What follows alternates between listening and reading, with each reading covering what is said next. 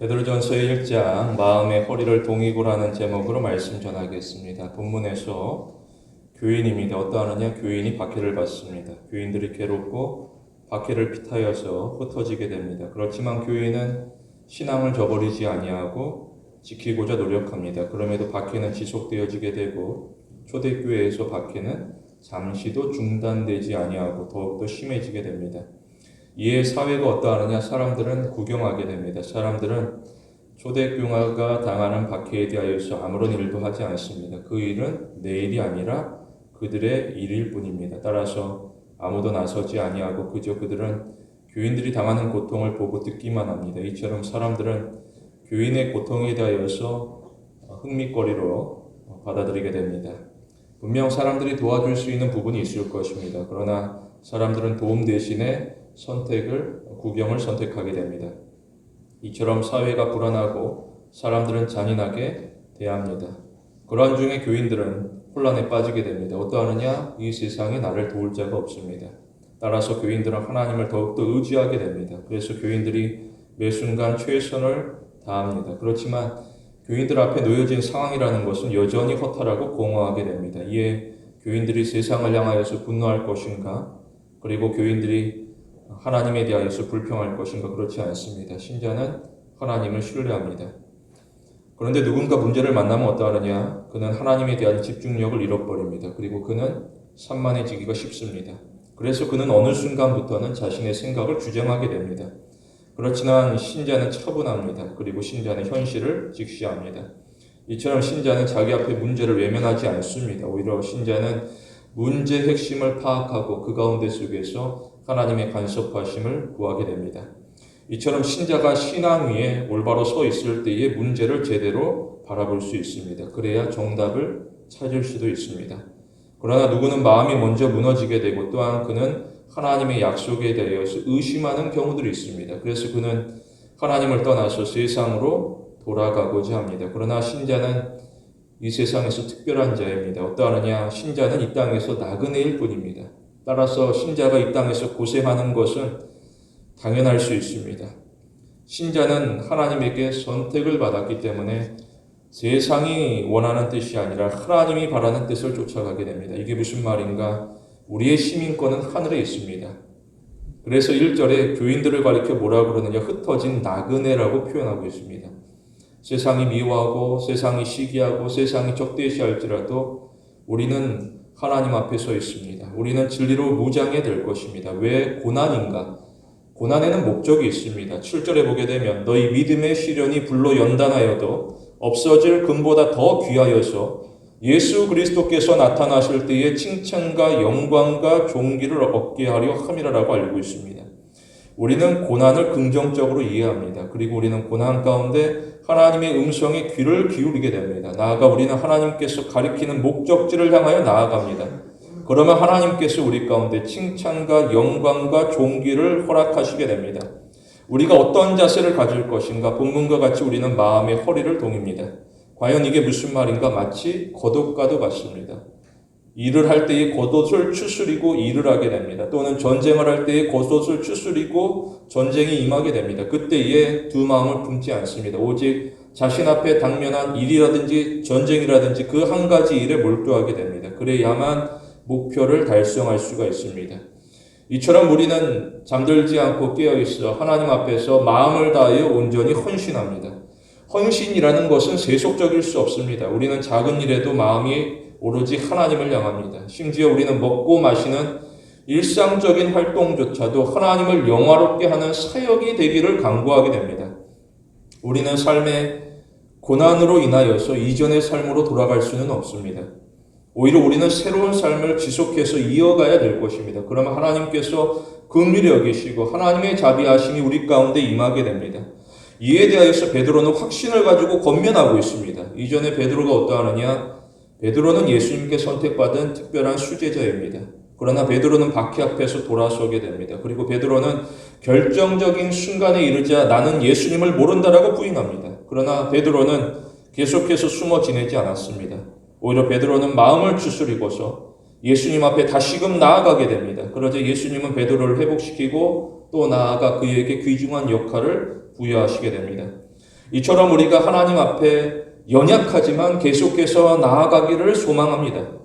그러나 우리의 눈앞에 어려움이라는 것은 여전히 존재하고 있고 이 어려움 가운데 마음이 깎아내리게 됩니다. 그러나 우리는 어려움에 굴복하지 아니하고 어떠한 시련에도 하나님의 말씀에 귀를 기울이며 복종하고자 노력합니다. 이처럼 우리는 하나님 안에 거하기를 힘씁니다. 그러면 우리는 대적에게 패하지 아니합니다. 오히려 우리는 하나님이 공급하시는 지혜와 능력으로 대적과 맞서 싸워 이기게 됩니다. 이미 예수님께서는 우리가 어떻게 싸워야 할지를 보여주시게 됩니다. 성경에 보게 되면 그러므로 하나님의 뜻대로 고난을 받는 자들은 또한 선을 행하는 가운데 그 영혼을 미쁘신 창조주에게 의탁하라라고 알리고 있습니다.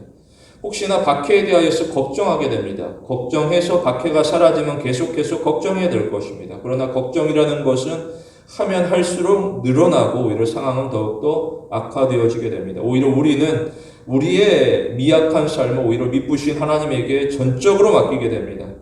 누가 이런 말을 하게 됩니다. 만일 무지개가 보고 싶습니다. 그러면 비바람을 견딜 준비를 해야 됩니다. 그때에 무지개를 볼 수가 있습니다.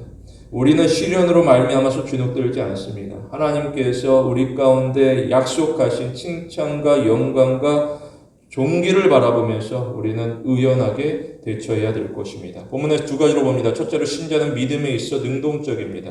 본문에서는 교인이 해야 하는 일을 설명하고 있습니다. 무엇인가 시련을 당할 때의 교인은 오히려 하나님에게 순종합니다. 이것이 곧 의무입니다.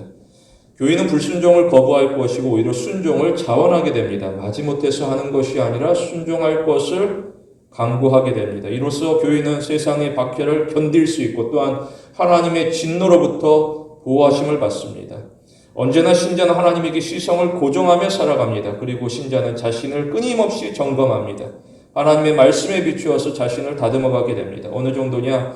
사람이 생각하는 적당한 수준으로 살아갈 것이 아니라 오히려 하나님께서 요구하시는 수준까지 나아갑니다. 그것이 바로 거룩입니다. 신자는 성경이 교훈하는 바 교육 거룩을 추구하게 됩니다. 이것이 곧 우리의 사명이 되어지게 됩니다. 이를 위하여서 하나님께서 교인을 부르시게 되는데 레위기에 하나님께서는 너희는 거룩하라 이는 나 여호와가 거룩하다라고 이야기하시게 됩니다. 어쩌면 목표가 너무나도 높습니다.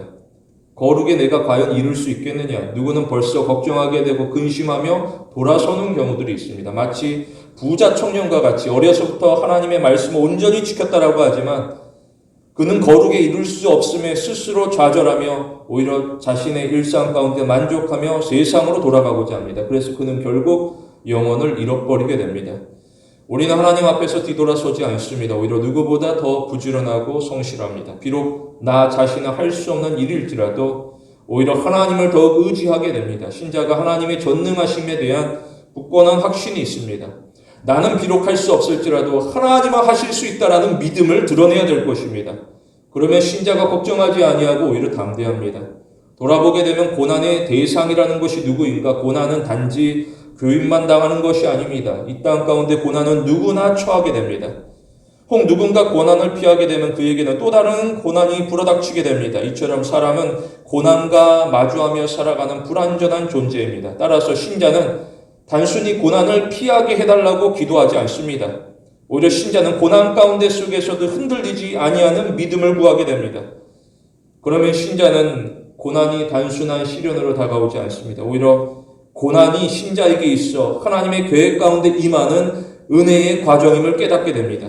창세기 22장에 보게 되면 하나님께서 아브라함에게 너의 사랑하는 아들을 번제로 드리라고 이야기하십니다. 아브라함이 어떠하느냐? 아브라함은 지체하지 않았습니다. 그 말씀을 들은 그 다음날 바로 아침 일찍부터 사랑하는 이삭과 손을 맞잡고서 길을 나서게 됩니다. 분명 생각이 많아지게 되고 감동은 요동치게 됩니다. 그러나 아브라함은 자신 안에 휘몰아치는 생각과 감정을 오히려 내려놓고서 오히려 강한 의지를 가지고서 한 발 한 발 앞으로 나아가게 됩니다. 이처럼 아브라함은 하나님의 말씀에 의지를 가지고서 붙들면서 지체하지 아니하게 됩니다. 그러면서 내가 하는 일이 아니라 오히려 하나님이 하실 일을 기대하게 됩니다. 우리는 혼자로서 살아가지 않습니다. 우리는 혼자로서 모든 짐을 짊어지지 않습니다. 오히려 우리는 나와 함께 하시는 하나님을 의존하며 하나님에게 짐을 맡깁니다. 빌립보서에 보게 되면 너희 안에서 행하시는 이는 하나님이시라고 알리고 있습니다. 이어서 하나님은 자신의 기쁘신 뜻을 위하여 너희에게 소원을 두고 행하게 하신다라고 이야기하시게 됩니다. 우리는 나에게 주어진 삶의 자리가 어떠하든지 수고합니다. 추수에는 법칙이 있습니다. 씨를 뿌립니다. 그때에 곡식을 거두게 됩니다. 그러나 누구는 씨를 뿌리지 아니합니다. 그럼에도 그는 곡식 거둘 것만 상상하게 됩니다.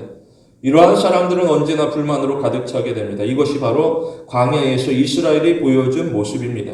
광야에서 이스라엘 백성이 어떠하느냐? 이스라엘 백성은 씨를 뿌리지 아니하고 오히려 모세만 바라보게 됩니다. 그들은 기도하지 아니하고 오히려 모세에게 자신의 모든 짐을 내어 맡기게 됩니다. 그래서 그들은 자신이 원하는 바를 하나님으로부터 얻고자 하게 됩니다. 이처럼 그들은 자신에게 주어진 십자가를 철저하게 거부합니다. 대신에 그들은 누가 나 대신 희생해 줄 것인가만 바라보고 요구하게 됩니다. 그래서 그들이 유익을 얻느냐? 오히려 그들은 점점 나약해지게 되고 오히려 그들은 약속의 땅에서부터 더욱 멀어지게 됩니다. 우리는 자신을 속이지 않습니다. 그리고 우리는 하나님을 기만하지 않습니다. 때로는 누군가가 하나님을 위하여 산다라고 말합니다. 그러나 실제로 그가 살아가는 모습을 보면 하나님이 아니라 하나님이 주시는 복을 위하여서 살아가게 됩니다. 이보다 더 큰 속임수는 없을 것입니다. 우리는 세상적인 시각으로 하나님을 바라보지 않습니다. 그럴수록 사람이 은혜로부터 동떨어진 삶을 살아가게 됩니다. 우리는 메마른 종교 생활을 이어가지 않습니다. 오히려 우리는 가슴 뛰는 거룩한 신앙생활을 추구해야 될 것입니다. 특별히 우리는 좁은 길을 자처하고 또한 좁은 길을 완주하고자 노력합니다. 이처럼 우리는 믿음에 있어서 수동적이지 아니하고 오히려 능동적인 자세를 취합니다. 때로는 내 앞에 닥치는 현실이 낯설고 위험하게 됩니다. 그러면 누군가는 자신도 모르게 움츠려들게 되고 뒤로 물러서게 됩니다. 과연 누가 사망의 음침한 골짜기를 지나갈 수 있을까? 초대교회의 박해를 보게 되면 과연 누가 이 박해를 견딜 수가 있을까? 그것은 다른 누구가 아니라 하나님을 사랑하는 자입니다. 오직 하나님을 사랑하는 자만이 사망의 음침한 골짜기를 건너갈 수가 있습니다. 우리가 어떠하느냐? 우리가 하나님을 사랑한다라고 고백합니다. 우리는 하나님께서 예비하신 영광스러운 목적지를 향하여서 나아가고 있습니다. 그리고 그 기초의 반석은 하나님의 개입입니다. 우리는 하나님께서 친히 소망을 이루실 줄로 확신합니다. 우리는 나의 연약함을 볼 것이 아니라 하나님의 선하심을 바라보며 신앙생활을 이어가게 됩니다. 이러한 중에 우리는 죄를 경계합니다. 우리는 크나큰 죄만 조심할 것이 아닙니다. 오히려 우리는 사소한 죄를 할지라도 유의하며 조심합니다. 사람들은 바위에 걸려서 넘어지지 않습니다. 오히려 사람들은 작은 돌멩이에 걸려서 넘어지게 됩니다. 이처럼 우리가 작은 죄를 가볍게 여기지 않습니다. 우리는 죄에서부터 돌이켜 하나님의 섭리 아래 복종합니다. 죄라는 것은 단순히 규칙이나 규례를 어기는 것이 아닙니다. 오히려 죄라는 것은 하나님의 거룩하심을 직접적으로 칭해야 하는 행위가 되어지게 됩니다. 우리는 누가 나의 주인이신가를 상기합니다. 우리는 하나님이 주님의 보혈로 값주고 사신 바 거룩함을 입은 하나님의 사람들입니다. 따라서 우리는 복종을 통하여서 고난의 의미를 새롭게 재조정합니다. 과연 고난이라는 것이 무엇인가? 고난은 내가 부족해서 겪는 시련이 아닙니다. 오히려 고난이라는 것은 내가 현재 이 땅 가운데 안주하지 않다라는 증거가 되어지게 됩니다. 오히려 우리는 우리의 순종, 우리의 삶을 통하여서 세상으로 하여금 문제를 뛰어넘어 하나님의 영광을 바라볼 수 있도록 헌신해야 될 것입니다. 둘째로 신자는 고난 가운데 정결합니다. 본문에서는 계속해서 교인들이 해야 할 일을 설명하고 있습니다. 무엇인가? 고난을 만나면 오히려 교인들은 더욱더 두드러지게 됩니다. 다시 말해 교인은 고난으로 말미암아서 세상에서 구별되어지게 됩니다. 세상이 어떠하느냐? 세상이 악합니다. 사람들이 하는 일이라는 것은 욕심의 지배를 받게 되고 그들의 행동은 철저히 욕심을 따라가게 됩니다. 이처럼 사람들은 하나님의 통치를 벗어나게 되고 자신 마음대로 살아가게 됩니다. 잠깐은 좋을 수 있으나 영원히 후회하게 됩니다. 그럼에도 사람들은 책임을 전가하게 되고 그리고 나 역시도 이 땅의 피해자라고 피해의식에 사로잡히게 됩니다. 로마의 박해 아래에서 수많은 사람들이 고통을 당할 때에 내가 오히려 핍박을 당하고 내가 어려움에 처하고 있다. 내가 초대교회 교인들을 돌아볼 여유가 없다. 오히려 외면하면서 자신 안으로서 끊임없이 집중하게 됩니다. 그럴 때 교인은 신중합니다. 교인은 박해에 굴복하지 아니하고 또한 세상의 무관심에 무너지지도 않습니다. 오히려 우리는 우리를 바라보시는 하나님의 섭리를 신뢰합니다. 이처럼 신자가 세상을 선택하지 아니하고 하나님의 주권을 선택하게 됩니다. 이미 하나님께서는 우리를 선택하시게 됩니다. 이에 교인은 나를 인정하신 하나님을 신뢰하고 감사합니다. 그렇지만 일상을 돌아보면 어떠하느냐? 그들의 일상이라는 것은 나아지지 않았습니다. 하루하루가 참 어렵고 힘이 들게 됩니다. 이게 무슨 말인가? 핍박은 이어지게 되는데 핍박이라는 것은 은밀하지 아니하고 오히려 노골적으로 진행되어지게 됩니다. 세상은 초대교회 교인들에게 폭력을 가하게 되는데 그들은 다른 무엇이 아니라 신앙으로 말미암아서 어려움을 겪게 됩니다. 그래서 누군가는 고민에 빠지는 것이 하나님을 떠나서 세상으로 돌아가는 것이 나에게 유익이 되지 아니할까 갈등하게 됩니다. 그러나 고난이라는 것은 천천히 돌아보게 되면 유익이 있습니다. 두 가지입니다. 첫째로 신자는 자신을 낮추게 됩니다. 그리고 신자는 하나님을 온전히 의지하게 됩니다. 분명 초대교회 교인들이 박해 가운데 거하지만 동시에 그들은 은혜 아래에서 보호를 받고 있습니다.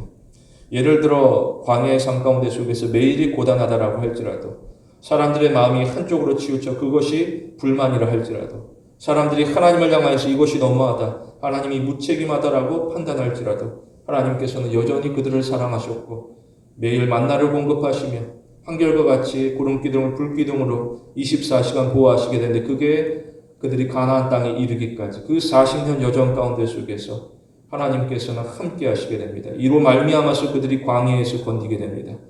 우리는 문제에 초점을 맞추지 않습니다. 오히려 우리는 은혜에 초점을 맞춥니다. 그러면 우리는 은혜에 감사하게 됩니다. 여전히 하나님께서 우리 가운데 일하시게 됩니다. 그렇지 않고는 우리가 견딜 수가 없습니다. 오히려 우리는 금세 넘어지게 됩니다. 그런데 하나님께서는 신자를 붙들어 주시고 오히려 신자로 하여금 열매를 맺게 하시게 됩니다. 뿌리가 없어 메마른 가지 가운데 어떻게 열매가 날 수 있을까? 하나님께서 우리 가운데 함께 하심으로 우리의 메마른 삶 가운데 열매가 맺히게 됩니다. 따라서 우리는 나와 함께 하시는 하나님을 인정하게 됩니다. 우리는 믿음으로 시작하고 또한 사랑으로 마무리해야 될 것입니다. 그래야 인생에 후회가 없습니다. 여기서 핵심이라는 것은 내가 될 수 없고 언제나 핵심은 하나님입니다. 하나님의 사랑이 우리를 이끌어 가시게 됩니다. 신자가 이 땅에서 하나님과 교제할 때에 그때에 우리 안에 기쁨이 충만하게 됩니다. 사도행전 12장에 보게 되면 베드로가 체포되어지게 되는데 헤롯이 베드로를 압박하면서 그 다음날 그의 생명을 해하고자 하게 됩니다. 이러면 사람이 쇠고랑이 채워져서 있는 그 현실 가운데 속에서 불안하게 됩니다.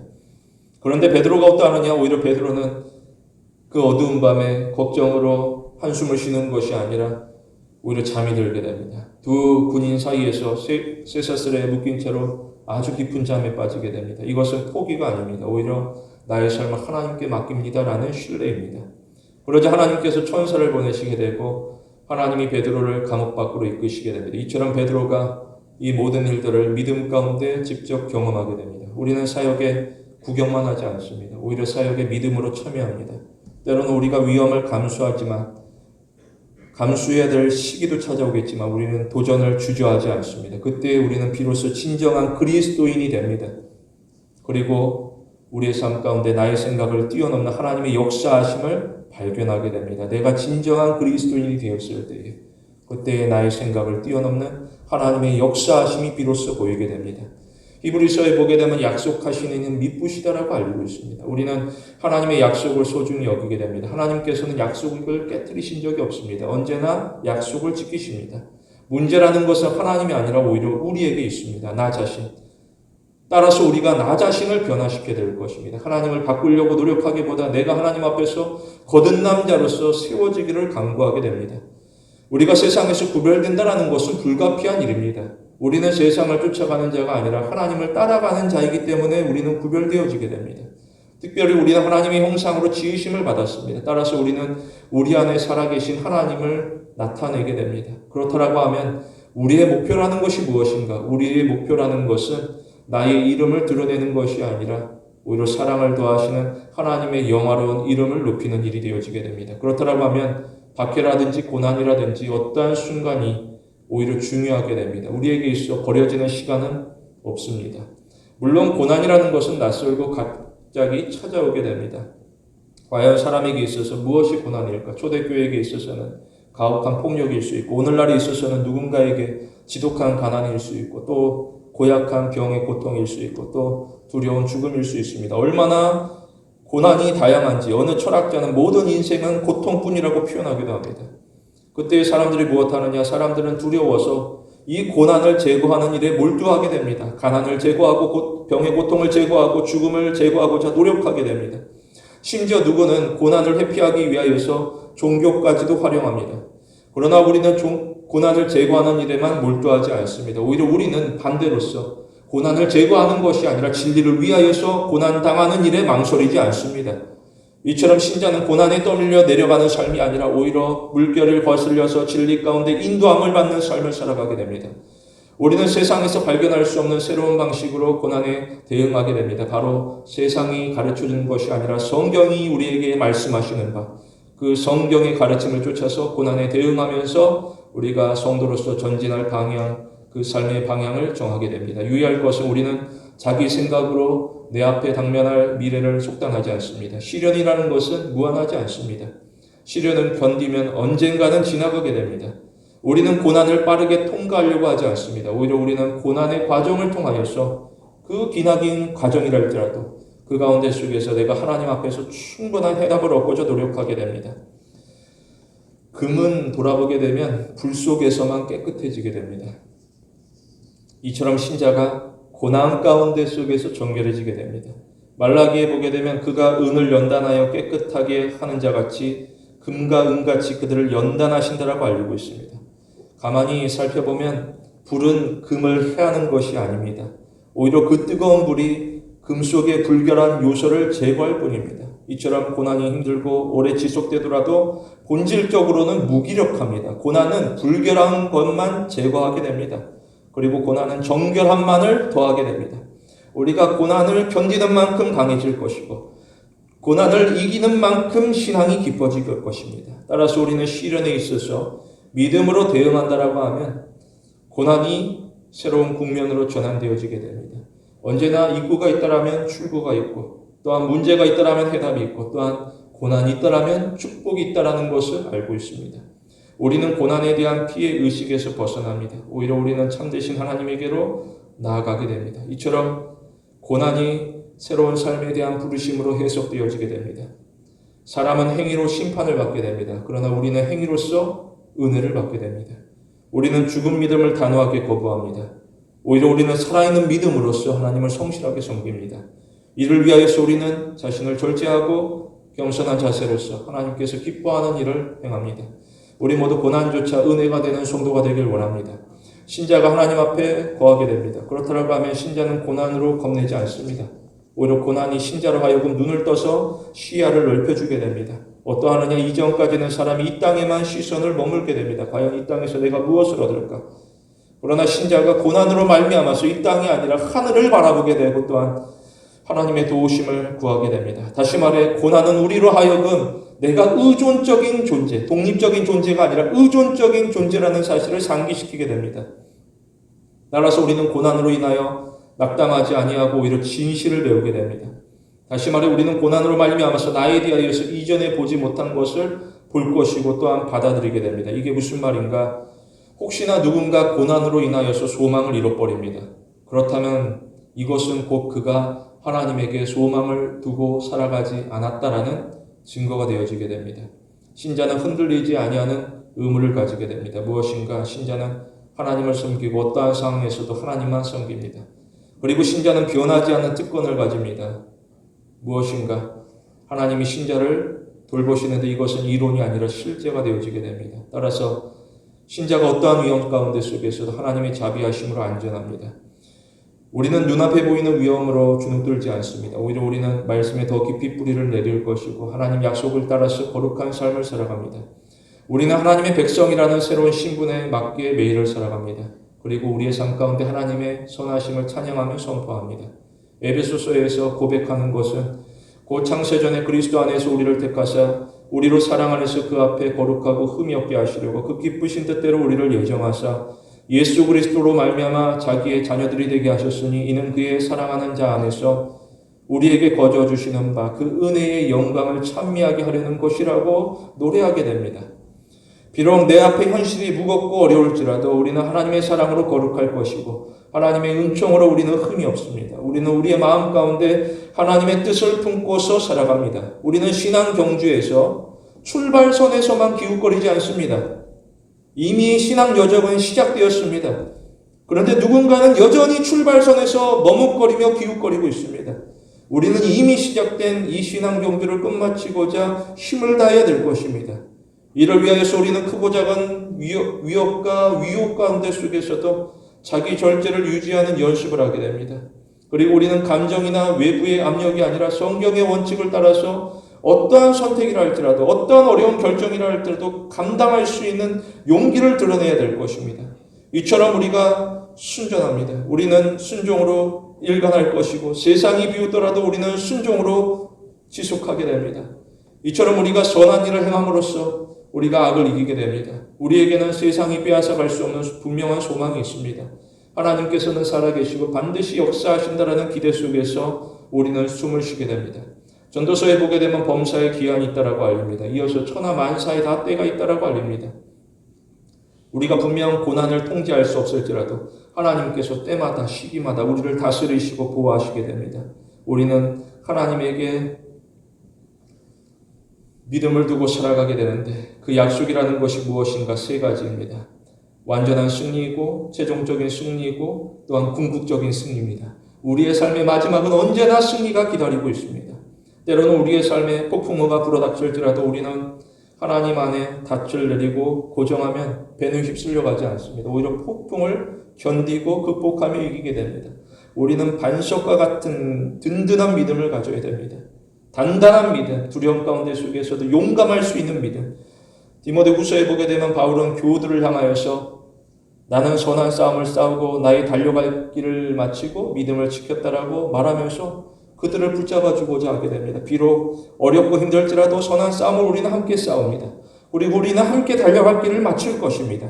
여기서 우리가 지켜야 할 것은 무엇인가? 그건 다른 무엇이 아니라 우리 안에 하나님을 향한 강렬한 믿음이라는 것을 다시금 고백하면서 교인들을 붙잡아 주고 있습니다. 주목할 것은 고난에는 반전이 기다리고 있다는 것입니다. 우리가 끝까지 인내하게 되면 그 가운데 속에서 하나님의 계획하심을 확인하게 됩니다. 나를 향한 하나님의 부유한 사랑 가운데 오히려 우리는 감격하게 됩니다. 이처럼 고난이라는 것은 우리에게 해답을 요구하지 않습니다. 오히려 고난은 우리 가운데 의지를 요구하게 됩니다. 과연 너가 견디고 이겨낼 수 있겠느냐? 우리는 오히려 약속에 대하여서 강한 호기심을 가져야 됩니다. 하나님께서 인내하는 자를 위하여서 예비하신 보화에 우리의 마음이 쏠려야 됩니다. 그렇다고 하면 우리는 나에게 허락될 그 마지막 결과에 대하여서 기대를 가지게 되고 우리가 흔들리지 아니하게 됩니다. 우리는 지금 내가 해야 될 일을 감당할 것이고 또한 장차 우리 가운데 임할 하나님의 날을 준비하게 됩니다. 우리 모두 하나님께서 긍휼히 여기고 축복하는 성도가 되길 원합니다. 말씀을 맺겠습니다.